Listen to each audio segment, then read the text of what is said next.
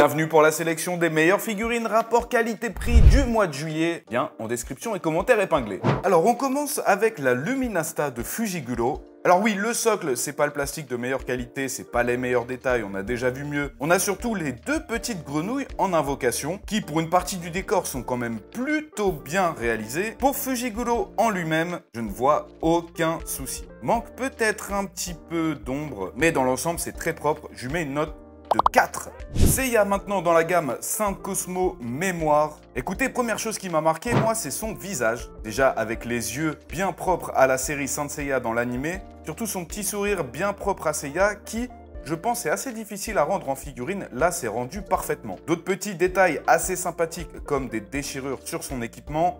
Son plastron est parfaitement fait. La pose parfaite juste avant de faire les météores de Pégase. Pour moi, c'est un 4 sur 5.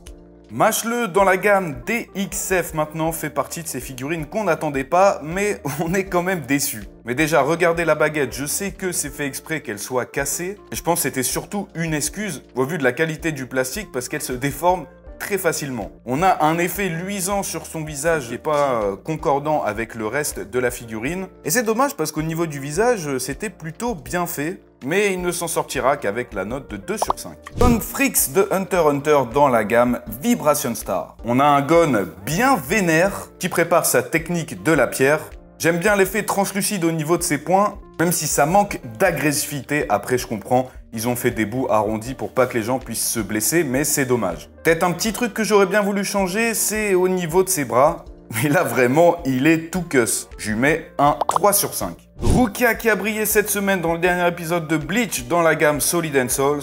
Et honnêtement, je suis déçu. Le visage manque clairement de profondeur, je reconnais pas Rukia. L'épée est beaucoup trop fragile, vous voyez, le manche était plié, on l'a reçu comme ça. Surtout qu'il faut assez le manipuler pour le mettre entre ses mains et sa ceinture, donc c'est dommage. J'espère vraiment que pour les prochaines press figure Bleach, ils vont s'appliquer parce que les 3/4 des Solid and Souls ne sont pas fameuses. Donc Rukia, désolé, toi aussi, 2 sur 5. La Break Time Collection de Denji et Pochita maintenant. Alors ce ne sera pas la figurine la plus détaillée que vous allez avoir dans les price figures, mais ça fait du bien d'avoir du Denji avec Pochita, mais elle manque quand même très clairement de détails. La scie de Pochita est bâclée, que ce soit au niveau des couleurs ou de la sculpture.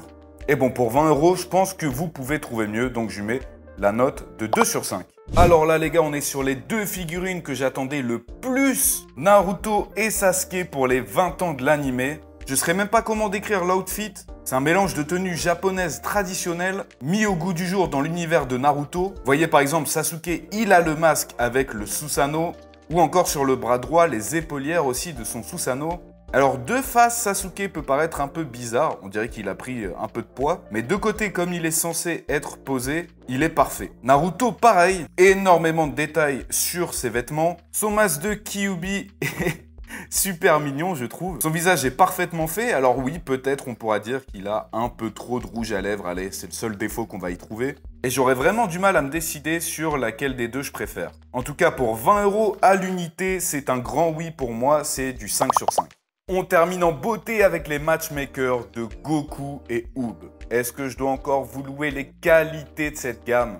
Tout est parfait, que ce soit au niveau de l'expression du visage des personnages, les détails sur les corps ou les habits, les poses, la dynamique de la figurine. Et en plus, cette scène mythique. Si je pouvais mettre au-dessus de 5, franchement, je mettrais au-dessus de 5. Elles sont magnifiques. Si ça vous a plu, n'oubliez pas le petit like, le commentaire. On se retrouve le mois prochain pour une prochaine sélection. D'ici là, prenez soin de vous, n'oubliez pas, keep collecting. Jana.